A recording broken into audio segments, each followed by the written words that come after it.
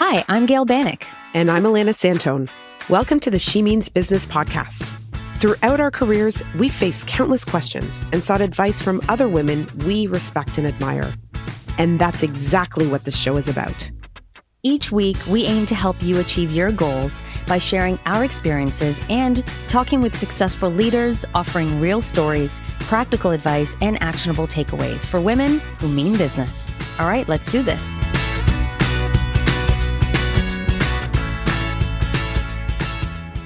We are pleased to have Jenna Keane here with us on the show today. Jenna leads the creative vision and execution of content at RTR Media as a partner in the female-owned and operated production company. She's created hit series and championed talent to become beloved household names. With over 25 years of experience and over 500 hours of content, she co-created HGTV's Hometown franchise with 3 spin-offs, including Hometown Takeover. She has also done other titles like Help, I Wrecked My House and No Demo Reno. Jenna is a 3-time Canadian Screen Award winner. I've known Jenna for years and have always been inspired by her impact in the production space, her path to co-ownership of a business, and how authentic and real she is. And she's here to talk about just that, authentic leadership. So welcome to the show, Jenna, and we're so thrilled to have you here. Thank you for having me. Before we get into the meat of the topic, why don't you just tell us a little bit about how you came to be a business owner or even decide it was something you wanted to do? So I didn't know what I wanted to do out of high school. So I looked at the programs available and I thought, oh, well, film school sounds fun. You know, the entertainment industry sounds fun. And it felt like something that wouldn't feel like a job.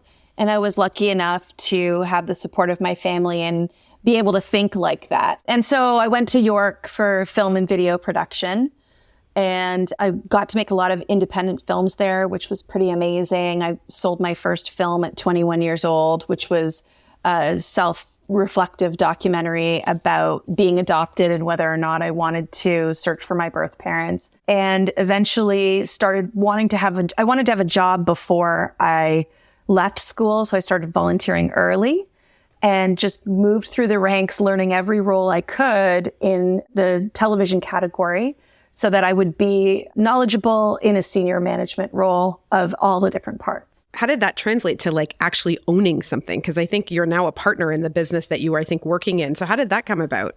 At some point, once I found the thing that I loved, I was really strategic about getting what I wanted. So I would read the industry trades and find out the Idol franchise is coming to Canada. And so I would write to the owner of the company and say, this is amazing what you're doing. I want to be part of it. And so I just had this strategy of kind of being ahead of the masses, you know, not responding to a job posting, but looking for that job before it even existed. And then the other thing was I was supported by a lot of women.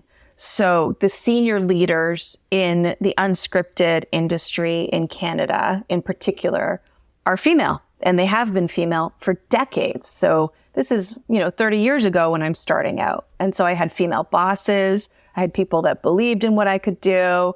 I had people looking to find people that could deliver what they needed. And so as long as you were delivering, opportunity was there for you. And so authentic leadership is something that's crucial to more and more people and is really crucial to creating and cultivating a great culture and recruiting a diverse workforce, which you just mentioned. Tell us a little bit about your philosophy or theory. What does authenticity really mean to you? It's amazing that this feels like the best kept secret of business. It's just so simple. I mean, all you have to do is be good to people. Why is that such a thing? Just be human, treat people like humans. It's all the things our parents hopefully taught us. It's just I think it all comes back to how does someone feel and how do you motivate them intrinsically to do what they want to do, which will also probably be what you want them to do. And so it's different for everybody what authenticity is for everybody. Some people want to chat about family life or what their weekend was, and that's important to them.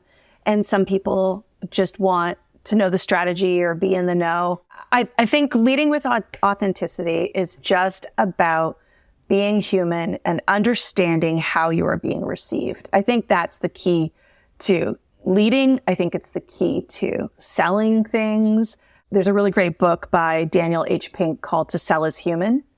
Highly recommend that. And it talks about just how everybody's selling in every day. You might be selling something that you want your child to do or someone in business to do, but it's just a matter of how are you being received and how does the person that you're trying to reach need to hear the message that you want. And so it's just being kind and good. And then it also happens to be good business.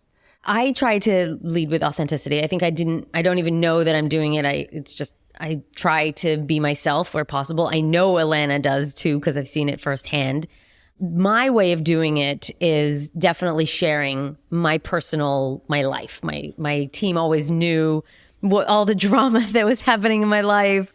And I feel like Alana and I also had that relationship when we worked together where we shared and that's how we became close. And I think that was her secret weapon with me as well and with her team.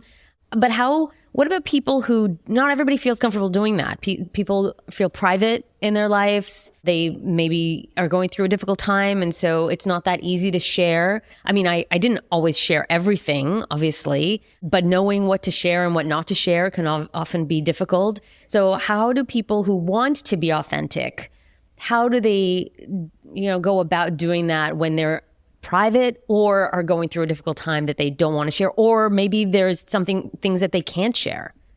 I think part of it is about being empathetic, right? So I think trying to be empathetic whenever you can.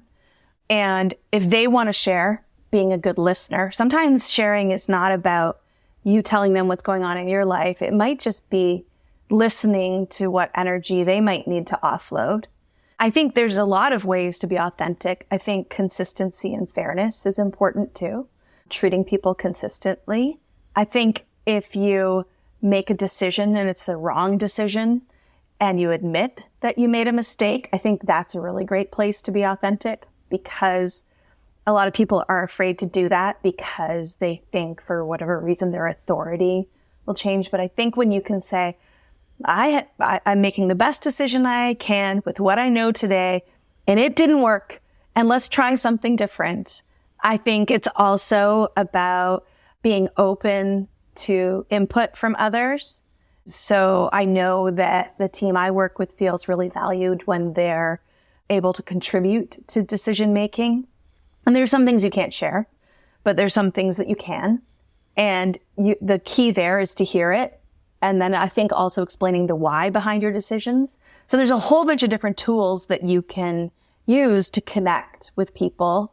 And I don't think it's the same for everybody, because just like you might not be comfortable sharing your personal life, or you might, that's how you connect with people. Your team might be that as well. So I think it's just be what's needed. It's interesting because what you just described in my mind is being a good leader. And so is it possible to be a good leader without being authentic? I think it probably is. I think you can make money. I think you can, you can make money. I think you could be somebody who leads from a fear perspective or whatever other types of leadership that are out there. But I see it as a retention strategy. So I think more and more, even the generations that are entering the workforce now want to feel like their contribution to a job matters. And so it's not like the paycheck our parents had, those types of jobs where it's just a paycheck. They want to feel a part of something. And so what I found is, we were I'll just like show off for a moment, but we were just listed in the Real Screen is our industry trade paper or organization. And we were just listed in what's called the Global 100. And it's the 100 unscripted companies around the world. And we were listed as a top 10 lifestyle company. But what I was most proud of is we were listed as a top 10 producer's pick, which is your peers admiring what you do. And so what I always say to people is ask around about us. It's all good. And that is the key.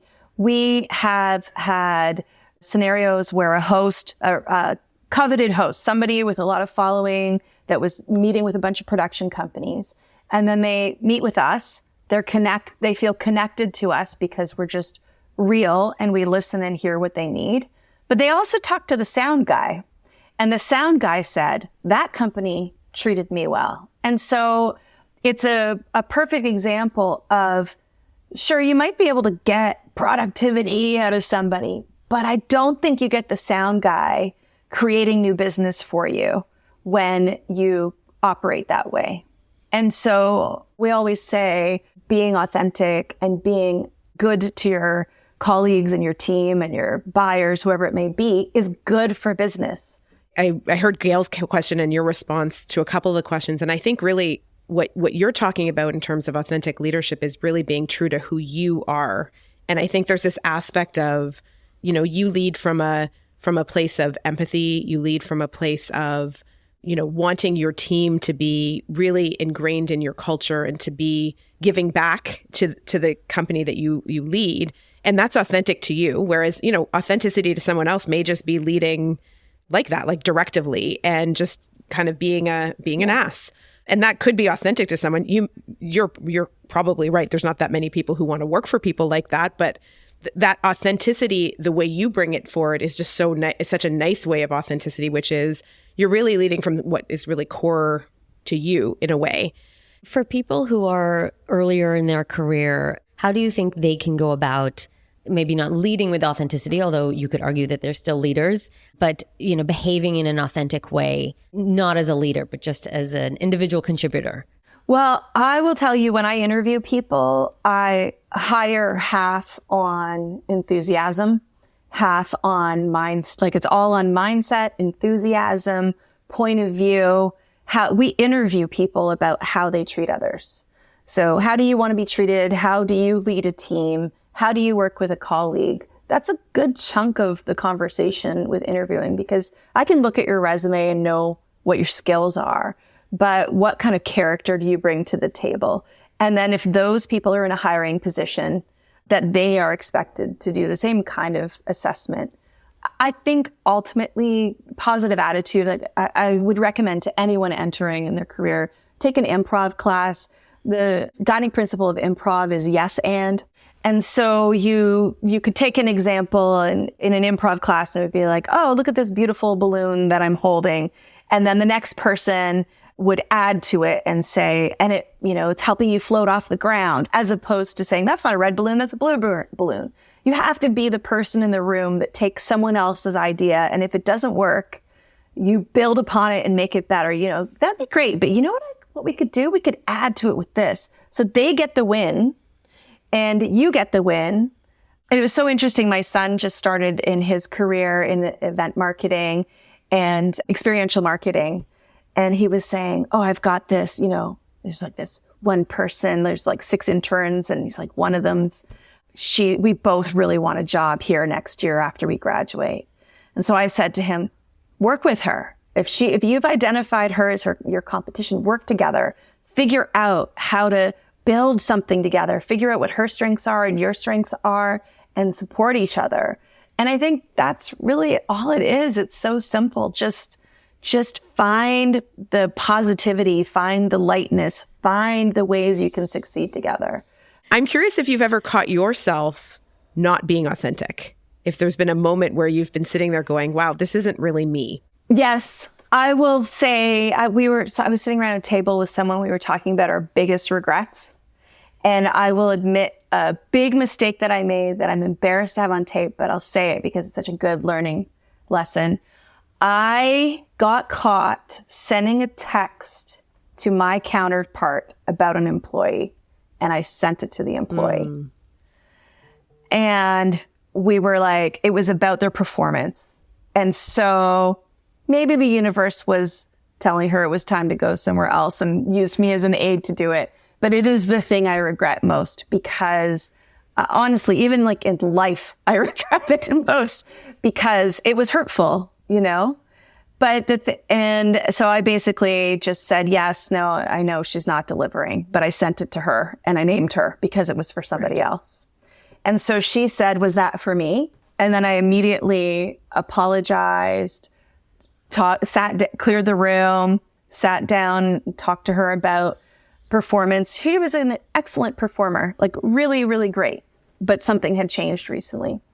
And she was wonderful and gracious in it. And I learned a lot about authenticity in her in terms of how she received it and how she forgave. And I think the authenticity comes in admitting you screwed up, admitting you had a really human moment and that you weren't proud of your actions and how you're going to change it. It's the same thing you teach your kids, which is, it was wrong. I'm sorry. Instead, it's wrong. And now I'm like, my kids are university students now. So it was wrong. I'm sorry. It was wrong because next time I will. And so I think I might have screwed that up. So somebody help me out there. That sounds right to me. Yeah. I can't remember if I got the order right, but that's the thing I used with my kids all the time. I'm sorry. It was wrong because next time I will. And then I think you admit it. And I think you talk about it, because I think it would be really easy for me to sit here and say, oh, I'm authentic and kind all the time and always, do everything perfectly. And that's not the case. We're all human. We all screw up, and admitting it is important.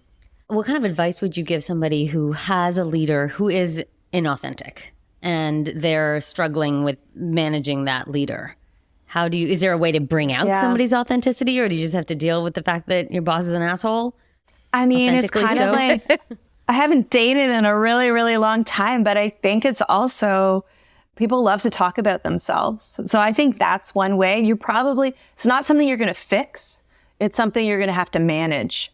And so I think you have to be careful and you do have to be guarded. So I would say you don't give up too much of yourself. I think you also downgrade what you expect to achieve from them. You might not be able to get the type of mentorship that you're hoping for. And so you might have to look elsewhere to get that mentorship that you might expect from your leader. And then you can try to soften them up by finding what they care about and talking to them about that, just like a good first date. Let them be the talker. People love to be put up on a pedestal, and try to connect to them through what they care about most. And maybe you'll disarm them a bit. But I've learned, I would also say, the bad leaders I've had, and I've only had one. I've had one bad leader and one bad client. And I've learned a ton from them. So if you can rephrase your thinking to, this is a learning opportunity.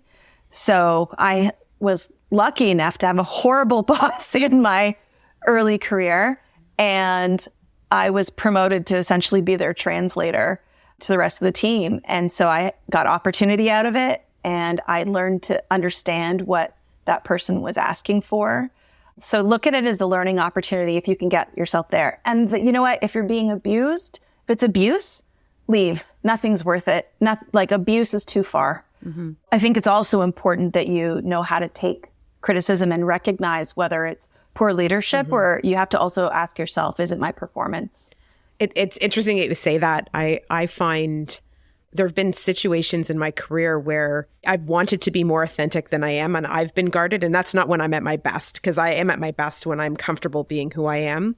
And I'll never forget a leader who said to me, Alana, it's not your job to change who you are. It's the job of the leaders at this company to accept who you are and get the most out of it. And of course, there's nuances to that, right? Because you have everyone has development opportunities, but that concept of being your authentic self should be welcome or should be harnessed for good at a company versus being tempered to kind of fit in with everyone else. If authenticity means fitting in with everyone else, then it's probably not real true authenticity. I'm curious if you have any comments or experience with that in terms of having to kind of not be fully authentic, and how you might, or if you're giving advice to people, how to pivot that a little bit to make sure that you're not compromising who you are in the core for the people around you who may expect different from you. Sounds like you have a story there that I don't have all the information for. But I mean, I think it all comes back to understanding yourself and trying to understand the other person's perspective. And it might mean that all sides have to bend a little bit. But I think, I know that in certain rooms I have to be less bubbly and less altruistic. In some rooms, that's what I need to be. I need to be all business. And in some rooms, I need to be more empathetic. And sometimes I'm just not going to be the person that fits, you know? So, example, I was just at set for a show, and very clearly they are a team.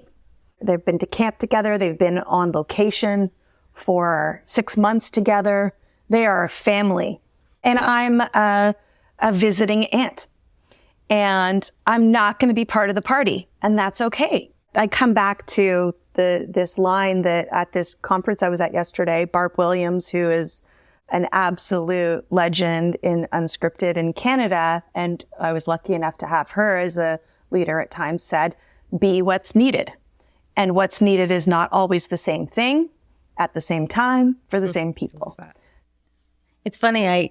I was having a conversation with my 12-year-old son about exactly this. And I was giving him direction to be different, to behave differently in different circumstances. And he kind of pushed back, and he was confused. He's like, but that's not being me, and that's not real. And I gave him the example of, well, you know, it's still you, but you have to acknowledge that you might speak one way to your friends, and one way to a police officer, and one way to your teachers, and one way to your parents. He was pushing back on whether or not he was allowed to push back on me.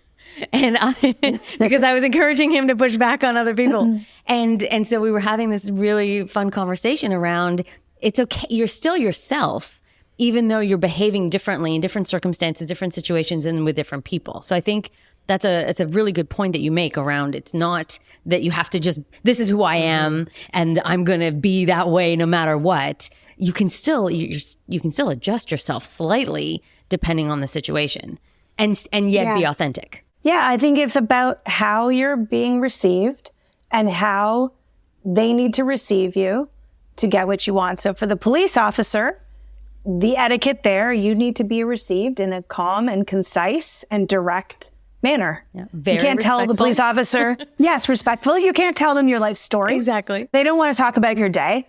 And your mom might feel differently, or it's different than, you know, in life where with the same with my teenagers, it's like the whole idea of fitting in versus belonging. Sometimes in business, you have to fit in. And it might not be that you're going to find the group that you belong, because the etiquette of different clients might change.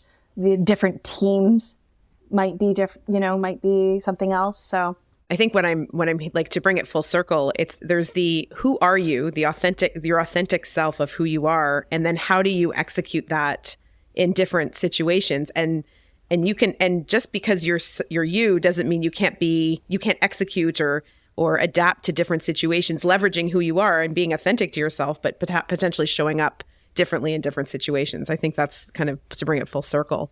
Curious for you, what advice would you give your younger self if you had to look back? Yeah, I mean, I think the things that worked for me is I really leaned into the people that were around me, and I was lucky to have great support to be able to be in the career I have. So I would say you don't have to do it all yourself. That's my advice. You don't have to do it all yourself in life. You can figure out how to have a family if that's what you choose, and have a career if that's what you choose. But you're going to need help to do it. You can't do it all by yourself. So you have to be willing to lean into whatever support system you have around you. If money is available to you, throw money at things if you can. Get somebody to clean your house, totally fine. Don't feel like you have to be all things all the time. I love Shonda Rhimes had a great way of answering the question, how do you do it all? You know, single mom. I think she has 3 kids. She's the creator of Grey's Anatomy and many, many other shows, if people don't know who Shonda Rhimes is. And I can't imagine that being the case. But she said, people would say to her, how do you do it all? And she says, I don't do it all. I just make choices about where my priorities are at any given moment. So there might be a day that I'm not missing graduation for my children because that's where I need to be. And I might be missing the first script read of a brand new show. And that's okay. You just make those choices. And so that was the thing I did as a parent, was tried to never miss the big things. That's the advice I'd give to, because they'll be fine. The kids will be fine and they'll have people they love there, but you'll miss it. Okay. So That's great. Well, Jenna, it's been a pleasure having you on the show. Certainly in an industry that is very foreign to me. I know it is probably to Gail as well in a way, and just interesting to hear about your career and how you lead and your leadership style. So thank you so much for being here, and we'll look forward to seeing you soon. Oh, well, thank you for having me. I appreciate you being interested. Thanks so much, Jenna.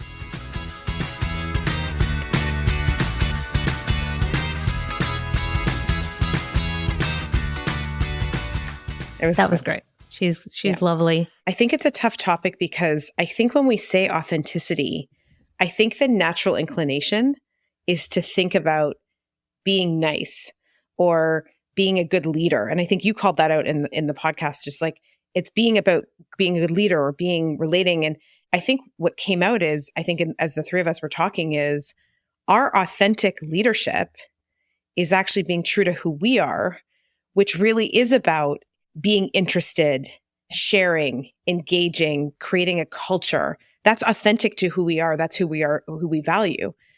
Other people could present authentic leadership and could not be the style that does that or promotes that. And that also may be authentic leadership. We just may not like that leadership style. And so this notion of authentic leadership is really about kind of who you are at the core. And does that match kind of how you go about leading your team?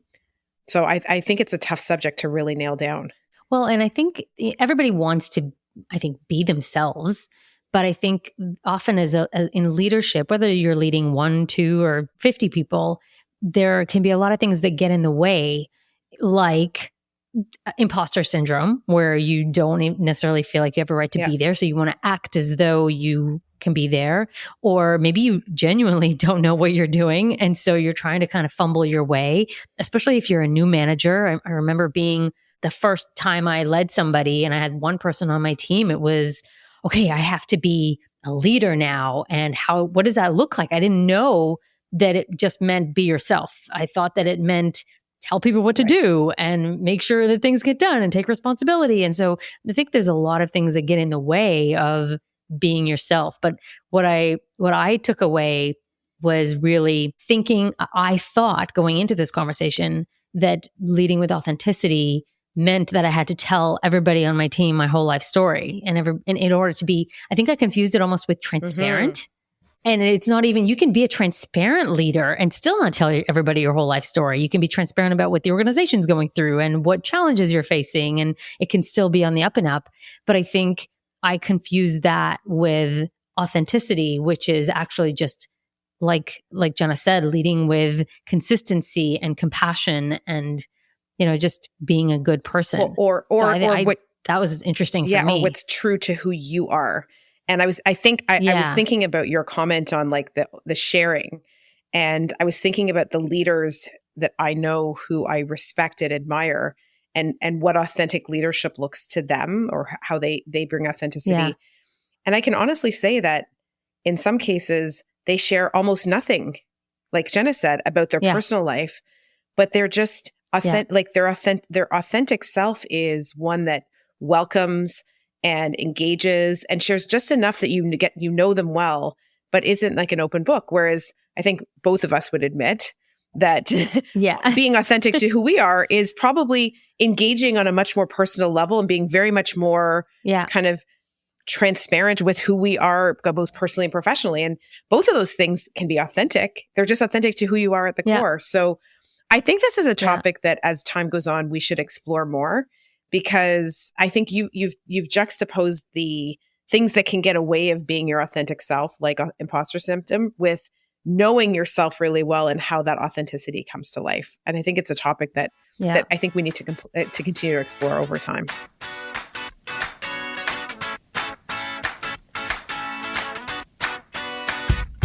Thanks for listening to this episode of She Means Business. If you enjoyed today's show, please subscribe, rate, and review us wherever you listen to podcasts, and head over to our show notes where you can find helpful links and summaries of key points from the episode. We'd also love to hear from you on LinkedIn or Instagram, so please follow and DM us at the She Means Business podcast. See you next time.